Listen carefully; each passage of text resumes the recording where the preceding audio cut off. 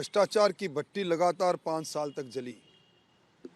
भ्रष्टाचार की गंगोत्री में क्या राजनेता, क्या नौकरशाह, सब ने डुबकियां खूब मन से लगाई और इसी कारण से जल जीवन मिशन के अंदर भ्रष्टाचार का तांडव हुआ, पूछताछ हुई।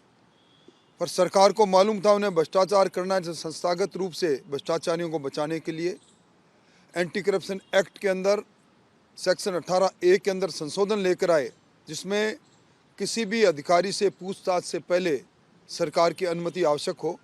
उसी कारण से बहुत सी बड़ी मछलियां बची और मैं समझता हूँ नई सरकार आ रही है और नई सरकार जीरो टॉलरेंस पर काम करेगी भ्रष्टाचार के बारे में। और निश्चित तौर पर जिन्होंने भ्रष्टाचार से राजस्थान के लोगों के धन को पचाया है, उसको वापस निकालने का काम भी भारतीय जनता पार्टी की सरकार करेगी, निश्चित तौर पर करेगी।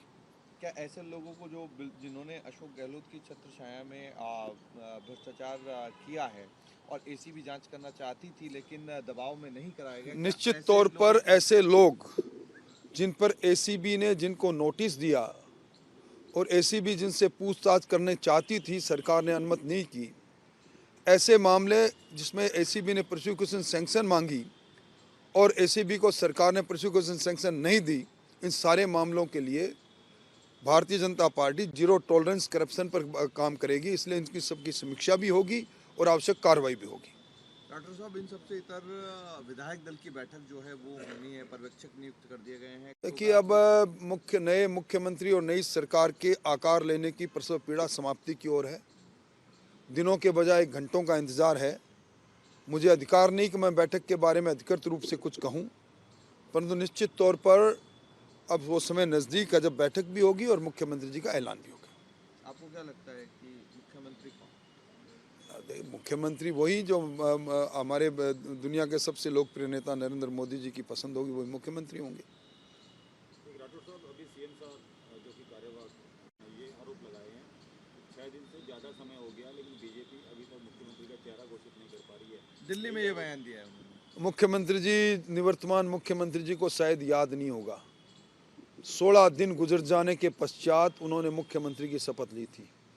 उनको शायद ये भी याद नहीं होगा कि इधर मुख्यमंत्री की शपथ हो रही थी, उधर सड़कों पर और रेल की पटरियों पर लोग फिश प्लेट खोल के नारे लगा रहे थे मुर्दाबाद के। भारतीय जनता पार्टी में ऐसी संस्कृति नहीं होगी। निश्चित समय पर निश्चित निर्णय हो जाएगा। 8 इंडिपेंडेंट जो विधायक हैं उनमें से जो 5 हैं वो बीजेपी में शामिल हो रही हैं। यूनुस खान ने तो मना कर दिया, वो शामिल नहीं होंगे। ये सबका अपना अपना मत है।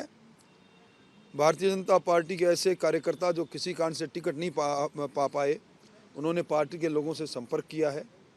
वो उसी दर्शन के हैं, उसी नीति के हैं, इसलिए हमारे साथ रहेंगे। एक तो घटनाक्रम अभी कुछ दिनों पहले हुआ, ये सामने आया कि कथित रूप से बाड़ेबंदी की गई। न पार्टी की कार्य संस्कृति नहीं है। भारतीय जनता पार्टी के सारे विधायक जो जिताऊ भी थे वो टिकाऊ भी है, इसलिए इस प्रकार की कोई बात नहीं। कोई यदा कदा कोई बात होगी तो शायद भ्रमवश कोई बात होगी।